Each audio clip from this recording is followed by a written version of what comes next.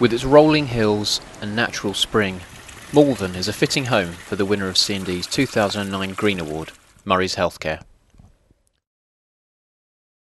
The company's branch within the new health centre at Pickersley Road has provided a blank canvas for Managing Director Duncan Murray to fulfil his long-held green ambitions. I remember 25 years ago Margaret Thatcher making a major speech about the environment, saying that it's not, we haven't got something about freehold on the environment, it's a leasehold and we're passing it on to our children.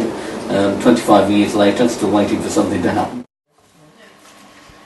Mr Murray has focused on reducing carbon consumption in practically all areas of the business, from heating down to refrigeration. One of the notable achievements is the energy-efficient IT network. The system was implemented by IT firm Intuitive and links into the company's RX Systems PMR. Steve Moore from Intuitive says there are real business savings that can be realised by adopting a green approach to IT. Apart from the obvious environmental benefits, there's a financial benefit. IT is probably, next to heating, one of the largest consumers of energy within a business, within an office environment, not necessarily construction.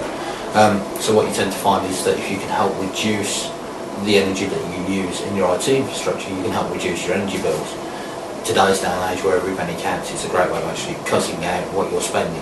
The greenest energy you use is the energy that you don't use at all. The flow of electricity into the site is closely controlled by an uninterrupted power supply unit, and consumption is monitored by an energy meter.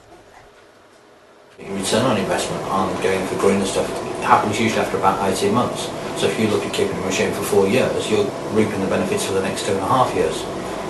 The hardware isn't necessarily more expensive. By specifying the machine to suit the purpose, you may actually be reducing your hardware costs. There are also other things you can do that aren't just hardware related. It's the way that you work. You can have machines go into standby, machines that shut down overnight. There's an awful lot of people that still leave their machines in overnight or their monitors overnight. Changing to LCD screens rather than CRT screens, the big television monitor style ones, can dramatically reduce the amount of energy that you use. Also, it's better for the employees, less eye strain on a bigger screen, flat screen. It's a lot better for your staff as well as for the environment as well as for your bottom line. Apart from the flat screens, Mr Murray is keen that the green measures aren't immediately obvious to staff and don't impact on the day-to-day running of the pharmacy. Yes, one of the important things of going green is not to put any barriers in the way of the way your staff work and continue to operate in an efficient manner. They're mainly not aware of many of the things we've done, apart from the things that directly impact on them, such as we've asked them to turn off screens when they're not using them.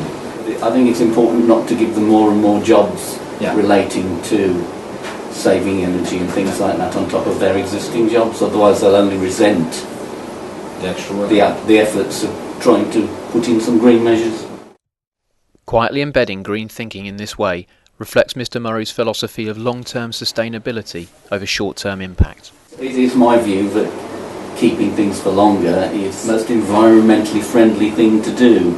For instance, keeping your car for longer saves on the energy use of building a new one. And the same would apply to IT. I mean, why throw out a perfectly good computer just because it's not quite as environmentally friendly as a new one? And despite the C&D award win, it's clear that Mr Murray thinks there's still more to be done. It is about being small and agile and being able to get things done. There is a plan in place. We're looking to do more and more on green issues, and hopefully the C&D will let us enter again in 2011.